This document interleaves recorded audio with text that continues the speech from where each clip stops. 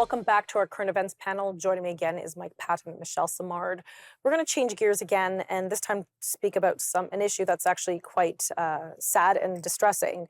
As many of you may have heard, a teenager in Halifax perished when she was stuck inside a walk-in oven in the Walmart in which she worked. Mike, could you explain to us what happened there? Yeah, terrible story. Young woman who recently came to Canada was working at a Walmart in the bakery division, and we're not exactly sure of the details, but she was working in the walk-in oven, which walk-in ovens, that sounds like a terrible idea. She was working in a walk-in oven and died in the walk-in oven, and they found her body later. Now, this is terrible because obviously because she perished, and we're not sure if she got trapped or if there was a health emergency where Mm. she wasn't able to get out, what caused her death.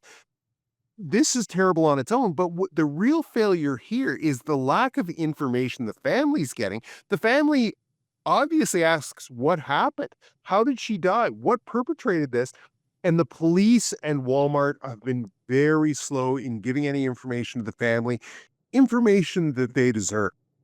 Michelle, do you have anything you want to chime in on here? Well, I absolutely agree. What do we have walk-in ovens for? To be quite frank.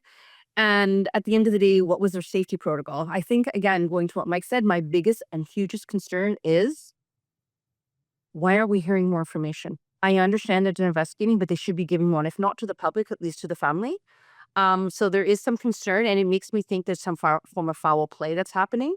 There was an order where they can't do anything, and now Walmart is had to put it on hold. But now Walmart's saying it's getting rid of the oven. Again, I find it absurd to have a walk-in oven, to be honest. I mean, I didn't know if you guys knew. I didn't know that existed. I didn't know that Walmart was carrying walk-in ovens that people could just Right. an employee can walk into. Like it's kind of absurd when you think about it. But at the end of the day, here we are. They obviously have to fix it because it's bad for their image, and of course, it's sad. And the sad part was, I think it was the mom that found the daughter because she worked at the Oh, Walmart, oh, what a which is even like, tragedy. I mean, it's all tragedy all Yeah. around, but that just is just extra.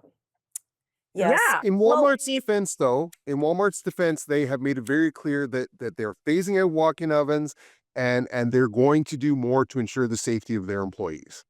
yeah, so we'll have mm, to stay on this because this is interesting, and of course, you expect a lawsuit, and then there will be huge damages here. There are walk-in freezers. We've seen them even at restaurants. They exist. I always strangely have this fear of getting stuck in a walk-in freezer, believe it or not. Yeah, I had no idea a walk-in oven existed. It's very, very bizarre. in here.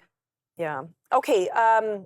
We'll leave that topic and come to another one, and we'll finish off with this one. Ottawa announced new oil and gas cap, which of course has many premiers, especially Premier of Alberta Danielle Smith, seething and really upset because this could very well it will hamper our economy, and it will definitely shut down a huge sector within Alberta. Mike, did you want to comment on this? Well, there's just so much here. It is frustrating to me that living, I'm in Manitoba right now, but living in Eastern Canada, most of the oil and gas that we use doesn't come from Alberta. It comes from overseas. And this has always been a frustration too. So to say that Canadians still need oil and gas, the federal government just doesn't want it produced in Canada, just makes no sense to me at all. Absolutely. Michelle, do you have anything you want to comment on this? I mean, oil and gas makes up such a huge part of our economy. It's a huge export. We know America is desperate for our oil and gas. China, let's talk about China. We like to talk about China. China is desperate for our oil and gas, and we apparently say we're not open for business, so much so that they have to double down and go to their dirtiest coal to get their energy when we have far cleaner options, some of the cleanest energy in the world. Michelle? Yeah. So what I really removed that's down to me, at least, is that there is an agenda, obviously, by the Liberal government that they want to deal with their, and I guess, environmental standards that they want to employ. And at the end of the day, they feel this is the way they're going to do it. But what really, again, what Mike said and what you said, what really irks me, and I'll make it quick, is that you still get the cheap, dirty gas from elsewhere. So it's like we turn a blind eye to where we get it from and we still use it, but yet at the same time, we do produce better gas. So at the end of the day, I say it's wrong, it's done, and good for Premier Smith for fighting back, and let her fight all the way. And to be very clear, we are the only jurisdiction that I'm aware of in the world that is crippling our own oil and gas sector. And we're some of the cleanest energy producers in the world. Now people are going to Venezuela, Iran, Saudi Arabia, Russia. We need options. Anyhow, that's all the time we have for today. Thank you both so much for being here. Appreciate it. Thank you.